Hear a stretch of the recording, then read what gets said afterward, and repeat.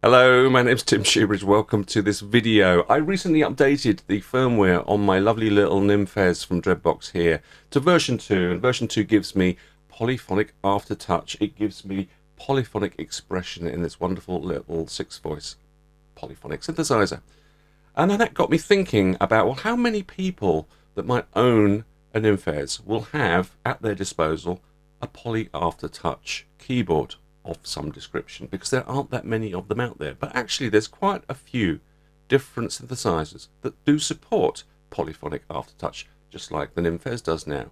So if I look around my little studio here, I can see a Roland Jupiter XM that supports polyphonic aftertouch messages, and so does its big brother, the Jupiter X. I've got over there a Dave Smith Instruments sequential Prophet 6 that supports polyphonic aftertouch as well. I've got an OB6 that probably does, although I actually haven't tried it, but I'm presuming it does as well. I've got a Waldorf Iridium. It doesn't support polyphonic aftertouch right now, but there is a firmware update in progress, and it will do very soon. It's becoming more and more common for synthesizers to support polyphonic aftertouch, but we don't have that much choice when it comes to polyphonic aftertouch keyboards. So there is the problem that I've been thinking about for a little while now, and I decided to see if I could come up with something using software that would allow you to sort of simulate, if you like, polyphonic aftertouch messages, get some of the benefits of a polyphonic aftertouch synthesizer such as the Nymphez here. So that's what's coming up in this video. I do hope you enjoy it. Thank you very, very much for watching.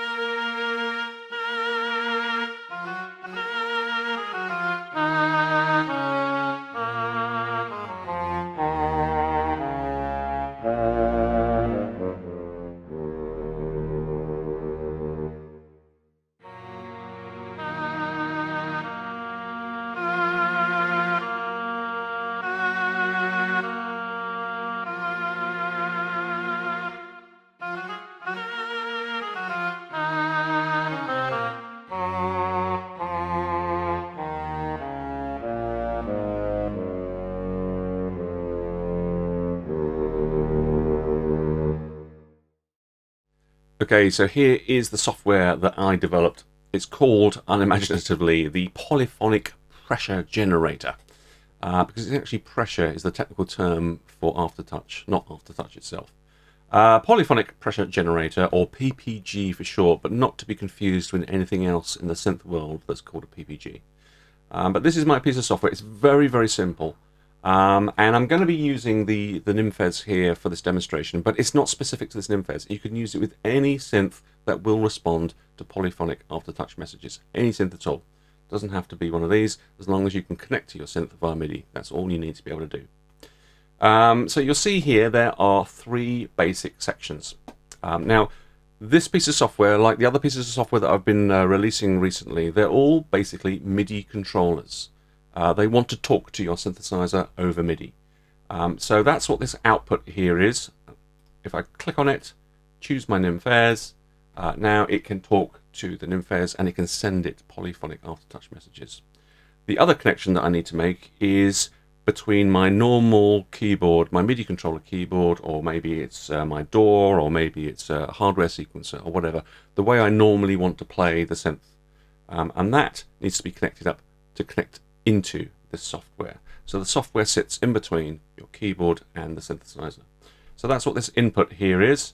I'm going to click on it. I'm going to choose my Nord Wave 2 keyboard that I've got in front of me right now. So now, if I play some notes,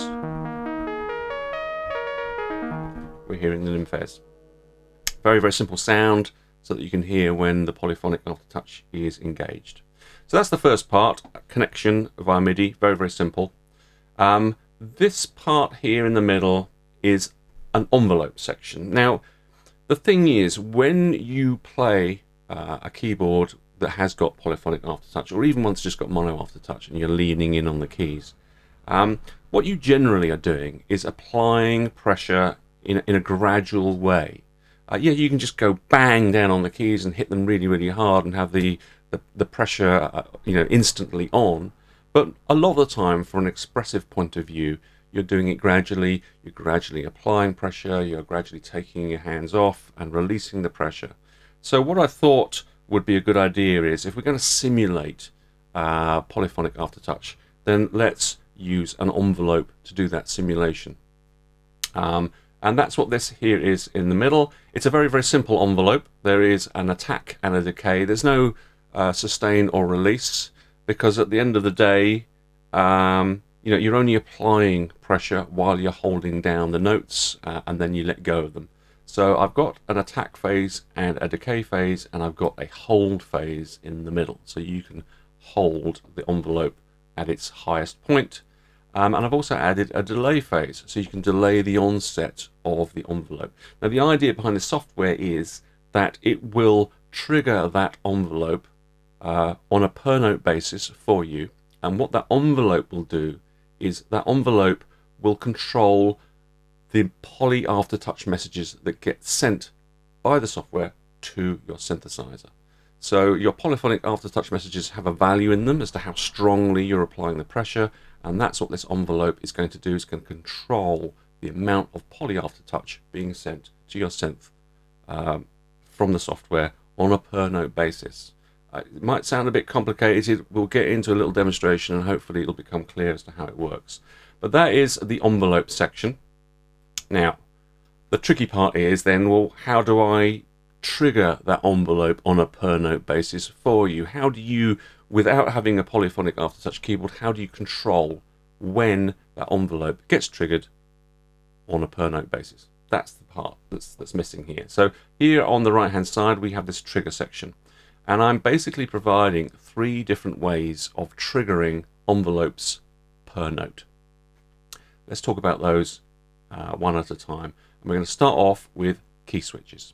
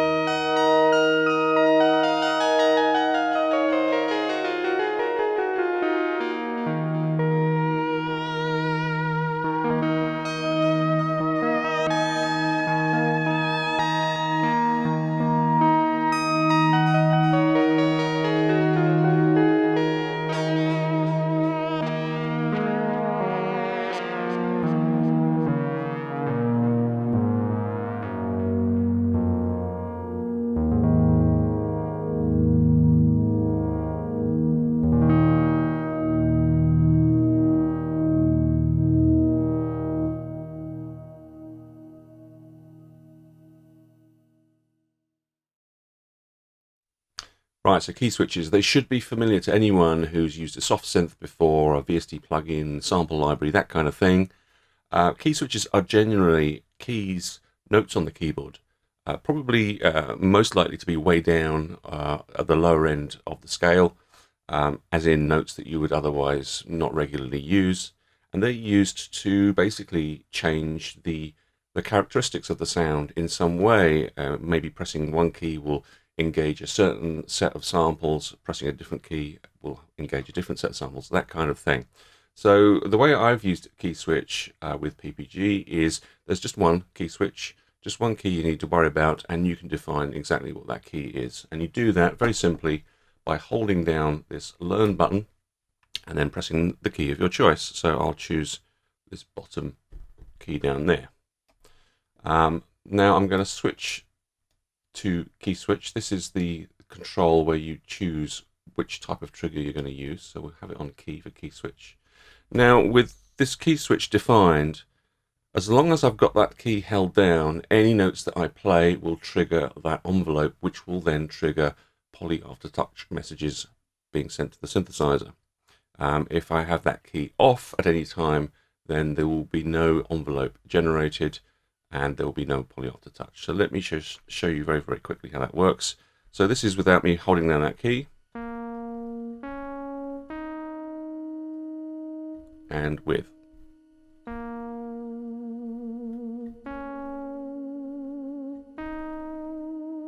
So you can see there our envelope, there's a little bit of delay and then a gradual attack. And what Poly Aftertouch is doing is it's bringing in vibrato. So the LFO is modulating the pitch. And without.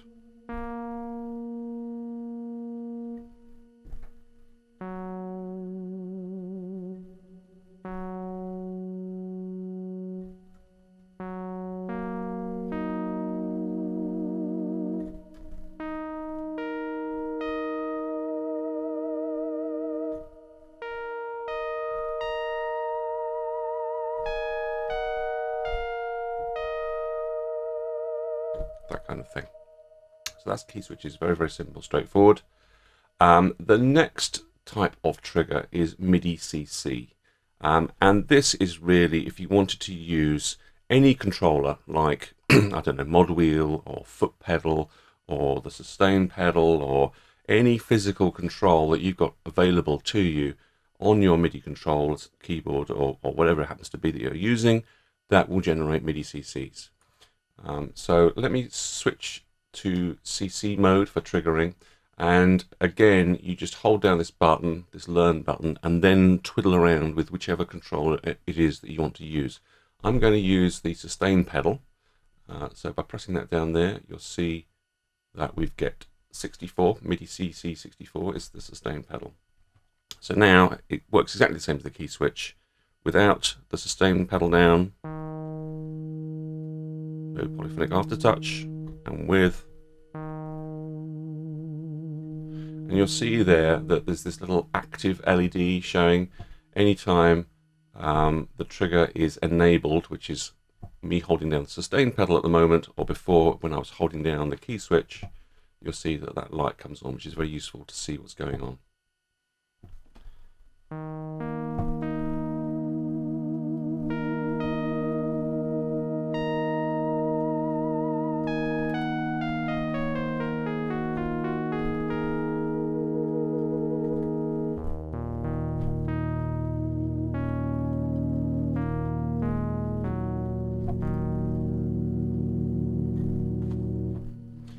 Okay, the third method of triggering this envelope is velocity threshold, and actually this ends up being the one that I use the most. I prefer this one, to be honest with you.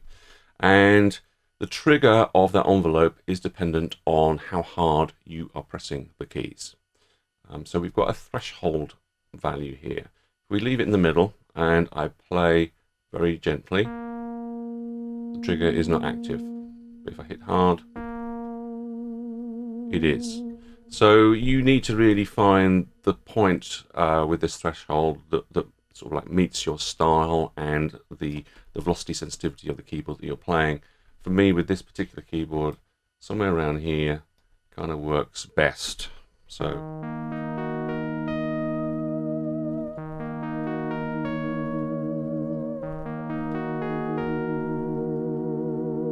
like that. It's very, very easy. So those are the three ways of triggering that envelope, which will then cause polyphonic aftertouch messages to be played for the specific notes that you want them to.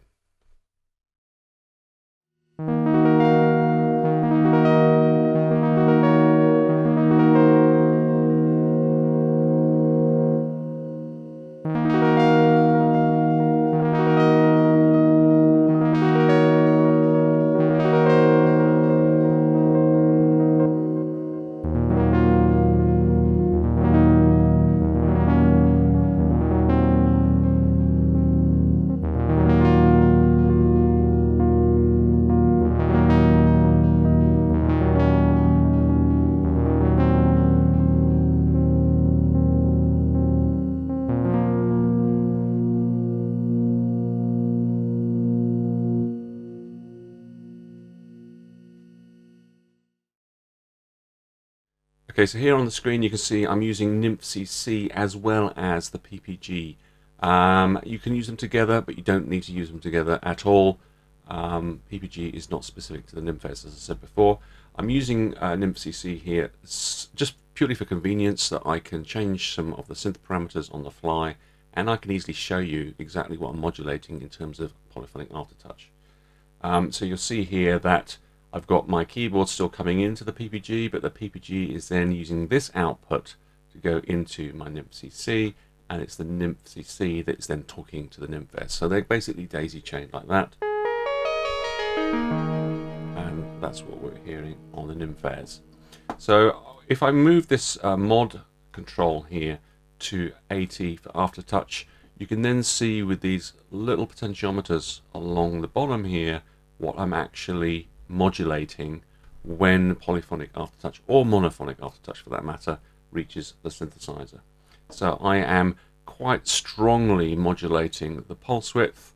I am moderately modulating the amount by which the LFO number 1 modulates the pitch, so that's adding vibrato normally, and I'm quite strongly modulating the cutoff, increasing the cutoff of the low pass filter. Those are the 3 modulations that are going on, and you'll see here that I've got a very sort of sharp, fast attack, and then a slower release, but still, it's quite a short little stabby envelope that I've got going on here, and I'm using velocity threshold, which is my favorite way of playing polyphonic aftertouch using the PPG software.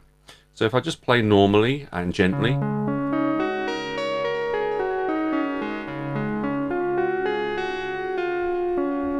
get a very nice subtle synth sound going on here, but as soon as I press hard,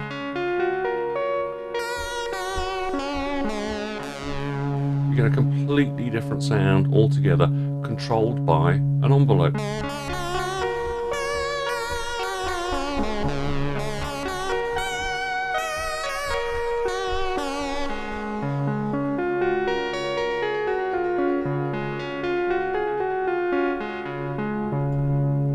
So that's basically what PPG allows you to do. It allows you to control numerous synth parameters, whatever synth parameters your synth supports, to be modulated by polyphonic aftertouch on the basis of an envelope that you can define that's completely separate to your synth itself. It's like adding an additional modulation envelope to your synthesizer that is controlled via polyphonic aftertouch.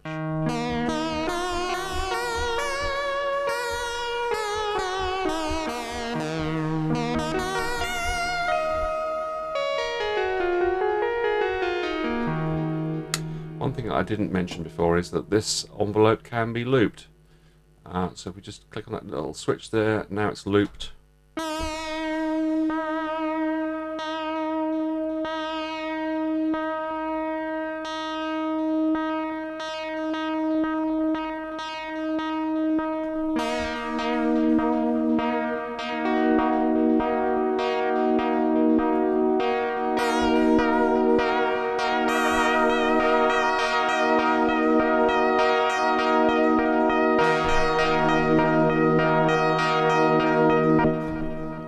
Now it's not perfect timing because it's sending MIDI messages. This whole envelope is basically generating MIDI messages. If you do it really fast, or if you severely modulate your parameters, especially if you use high resonance and you're modulating the cutoff, you will hear stepping. It's not a perfect implementation. Remember that we're not generating sound using this envelope generator. We're generating MIDI messages, which then get sent to your synthesizer. So there are some limitations to it if you want to use it for quick repeating waveforms, LFO kind of waveforms. But for slower LFO effects, it works perfectly fine.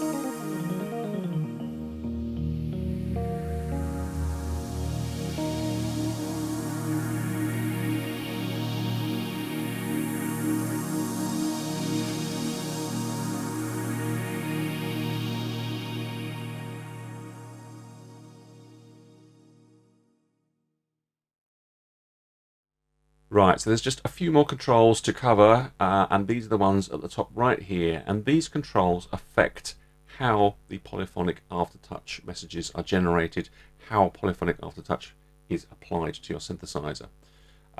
So we have an envelope which is going to be controlling how much, the amount of polyphonic aftertouch that's being sent to your synth, but those amounts and those timings of the envelopes themselves are actually being controlled by these three sets of controls. We've got slop, tracking, and velocity. So let's cover slop first. So slop works as you would imagine. It's basically loosening up the timings of all of these envelope parameters. The delay time, attack, hold, and decay times. They all get loosened up. There's a sort of amount of randomization added in there up to the maximum that you've set. So the envelope will only be as long as you've set it here, or it could be shorter. Each portion could be up to that maximum or shorter, depending on how much slop you add. And as well as the timings of the envelope, actually how high it peaks is also controlled. There's a certain amount of randomization to that as well. So if I loop this envelope so we can hear its effect.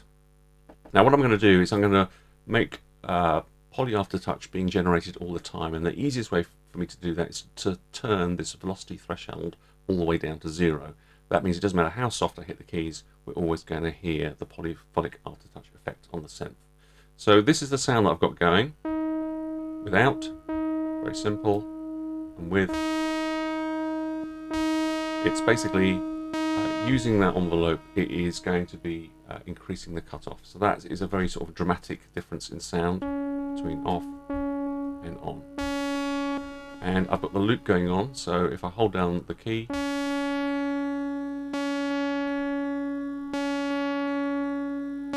can hear how long it takes for that envelope to cycle.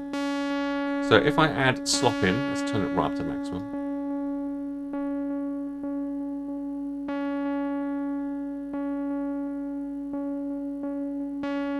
So you can hear it's affecting both the magnitude of the polyphonic aftertouch as well as the timing of the envelope. And the idea behind this is to give you some variation in sound, because obviously if you've got a real polyphonic aftertouch keyboard, you've got all that variation. It's under your fingertips, depending on how hard you're pressing, and when you release your fingers off the notes, you're going to get all that expressivity and all of that sort of lovely variation in sound. Whereas when you're simulating using a piece of software like this, you're not going to get that variation. So this is what the slop control is all about, is to add some variation.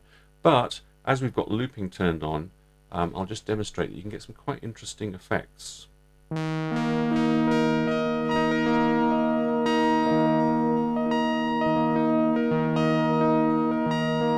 there I'm playing 6 notes. They've all got different envelope lengths, different magnitudes going on. As opposed to if I turn the slop off and did that again.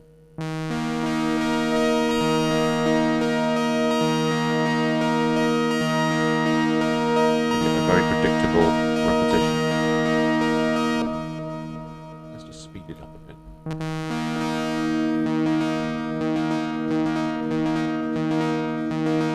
And then whack up the slot. Let's hear what that sounds like.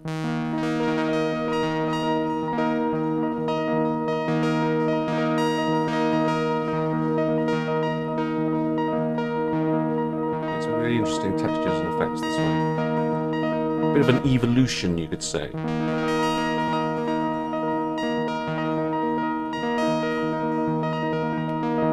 Okay, so that's slop. Now the next control, tracking, is again, it's adding some variation to the sound. With tracking set to 0, it's exactly the same magnitude of envelope that's being sent to the synth, whether it is a note down the bottom or a note at the top.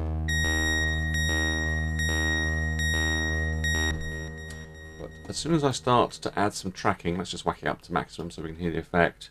Now the magnitude of the envelope is much higher at the top end and much lower at the bottom end.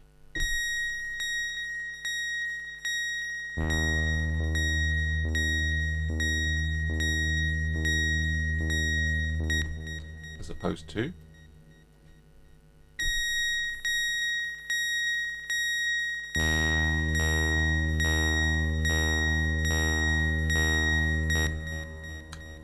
obviously on your synth, you could have the filter cutoff, tracking set so that you have a similar effect if it is just the cutoff that you are affecting with Polyphonic Aftertouch. But I could be affecting whatever parameters the synth allows me to with this Poly Aftertouch, and I get the tracking to work in the same way. So it's another way of varying the amount of that envelope that gets sent per note, depending on where you're playing on the keyboard, adding a bit more variation to the sound. So that is tracking. Let's now talk about this last pair of controls, velocity. Now this is different to velocity threshold. This is velocity response. You have to turn it on with this switch for it to become effective. And the reason for that is, in the center position, there is no polyphonic aftertouch at all going on. Even though we're active here with the trigger, we don't hear any aftertouch. I have to turn it up, and I have to turn it up either positively or negatively. Let's turn it up positively. Now the amount of polyphonic aftertouch is dependent on velocity. Now whereas with velocity threshold it's an on or off thing, you either get it or you don't, with this control up here it's a gradual thing. So if I play gently, I get just a tiny amount of polyphonic aftertouch going on there, and if I press it hard, I get a lot. So the response is tied to velocity, how hard you hit the keys, but you have to have triggering active, either using key switches or MIDI CCs or velocity threshold. You have to have triggering going on first, and then once you have triggering going on, the amount of polyphonic aftertouch is controlled by this velocity threshold.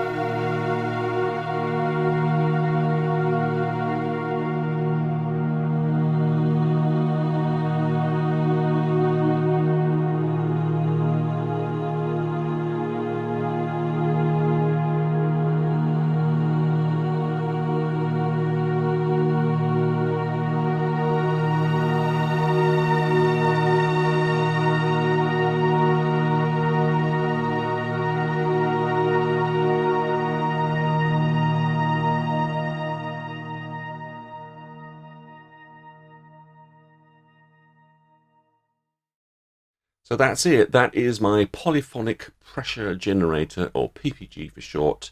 It's a little software utility that you can run on your computer. It'll run on Apple, Mac, and on Windows platforms. It'll run standalone as like a desktop application, or it'll run as a VST plugin inside your DAW. It actually runs inside an environment called Voltage Modular, which is a sort of virtual Eurorack environment. Very, very powerful, very, very cool. Comes from Cherry Audio. Voltage Modular itself is completely free to download. All you have to do is to purchase the modules that go inside Voltage Modular, and my PPG piece of software here is just yet another module that you can purchase.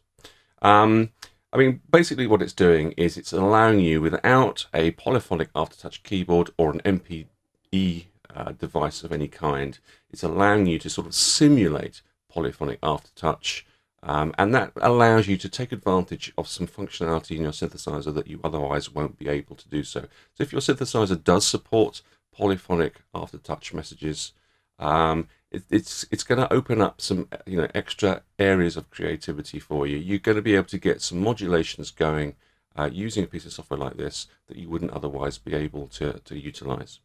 So that's it. That's PPG. I do hope it's of interest to you. Until the next video and the next product, as always, thank you very, very much for watching.